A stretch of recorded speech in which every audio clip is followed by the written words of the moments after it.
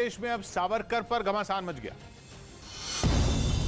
कांग्रेस नेता दिग्विजय सिंह ने social media पर एक पोस्ट शेयर की जिसमें सावरकर पर विवादास्पद टिप्पणी की गई थी। साथ ही दावा किया गया कि सावरकर को एक गंभीर मामले में 1908 में सजा हुई थी।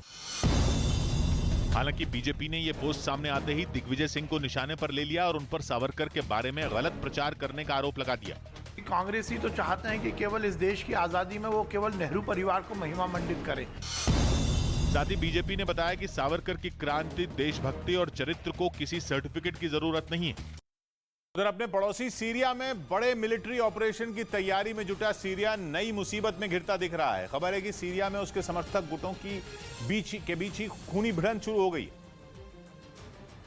जिसका दावा किया अल मॉनिटर नाम की वेबसाइट ने। और दावा यह कि पिछले दिनों सीरिया में तुर्की की सेना के समर्थन वाले एहरार अल शम और शम गुट आपस में भिड़ गए।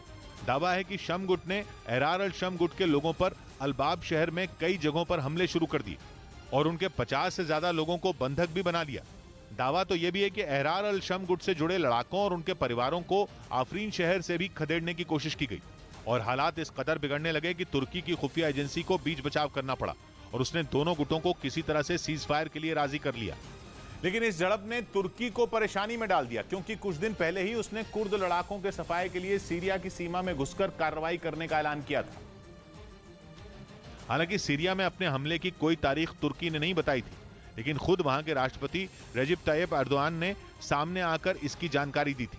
वैसे तुर्की की यह धमकी कोई नई नहीं है। वो बीते कुछ साल से अपनी दक्षिणी सीमा पर बसे सीरिया के अंदर फौज भेजने की धमकी दे रहा है, जिसके पीछे उसके दो मकसद हैं। पहला तो उत्तरी सीरिया से कुर्द लड़ाकों को खदेड़ना और दूसरा बॉर्डर एरिया में बफर जोन बनाना।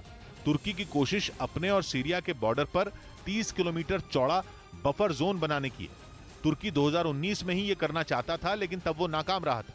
इसलिए तुर्की ने एक बार फिर सीरिया में कुर्द लड़ाकों के खिलाफ अपने ऑपरेशन का ऐलान किया, लेकिन सीरिया में उसके समर्थन वाले गुटों की आपसी भिड़ंत से उसके पूरे गेम प्लान पर पानी फिर सकता है।